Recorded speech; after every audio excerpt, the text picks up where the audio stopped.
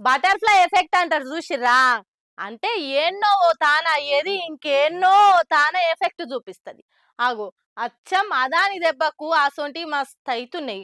Politics పగలు పక్కకు పెట్టి ఆంధ్రాను, అమరావతిని అభివృద్ధి చేద్దామని ముంగటికి పోతున్న కూటమి సర్కార్‌కు లేటెస్ట్‌గా 70,000 కోట్ల రూపాయలు పెట్టుబడులకే ఎసరొచ్చిందట పాపం.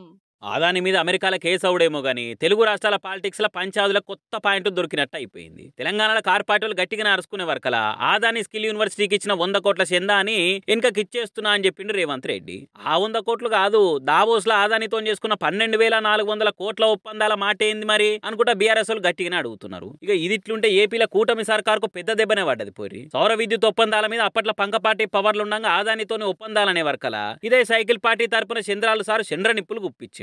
కానీ సర్కార్ మారి వాళ్ళ పార్టీ పవర్లకు వచ్చినాక అమరావతికి వెళ్ళి పెట్టుబడులు పెడుతందుకు ఆదాని ముంగట్టుకొచ్చి ఆయన ప్రతినిధులు బాబును కలిసి మాట ముచ్చటగా అనిచ్చారు. దగ్గర 70,000 కోట్లు పెట్టుబడులు పెడతామన్నారు. దాంతో బాబు కూడా సరే అనే వరకలా ఆగు అప్పుడేమో పంక పార్టీకి వంకలు పెట్టి తిట్టిపోసి ఇప్పుడు మళ్ళా ఇదేందని కూటమి సర్కార్ను ఘాటు మాటలు అన్నారు మస్తు మంది. కానీ రాజకీయాలు కాదు, ఇప్పుడు ఆంధ్ర అన్ని తీర్లు అభివృద్ధి అవడం ముఖ్యం. పెట్టుబడులకే పెద్ద పీట అని చెప్పి ఒప్పందాలు చేసుకునే తందుకే చూస్తున్న వార్తలు వచ్చినాయి. కానీ ఇంతనే ఆదాని మీద లంచం ఆరోపణలు వచ్చే వరకలా బాబుకు బాధ వచ్చి పడ్డది. ఇంకా నేను ఒప్పందాలు చేసుకోలే కాబట్టి బయటపడ్డారు. కొన్ని ప్రాజెక్టుల ముచ్చట కింద నెల కిందటనే ఆదాని గ్రూప్ కంపెనీలతో కూటమి సర్కార్ మీటింగులు పెట్టింది. అవి గిట్లా అప్పుడే పట్టాలెక్కినుంటే ఇప్పుడు చంద్రాలకు గండం తప్పకపోయేది. కానీ అన్ని లెక్క చూస్తే 70,000 1,00,000 కోట్ల పెట్టుబడులు పోయినట్టే. కానీ మరి ఏం చేస్తాడు ఇక ఇప్పుడున్న పరిస్థితుల్లో తప్పేటట్టు లేదు. ఇప్పుడే ఇట్లుంటే ఇంకా రేపు ఆదాని కేసు సీరియస్ అవుతున్నా కొద్ది తెలుగు స్టేట్స్ పాలిటిక్స్ లా ఇంకెన్ని కొత్త పంచాయతీలకు పరదలేస్తాయో ఎన్ని పెట్టుబడులకు ఎసరొస్తుందో చూడాలిగా.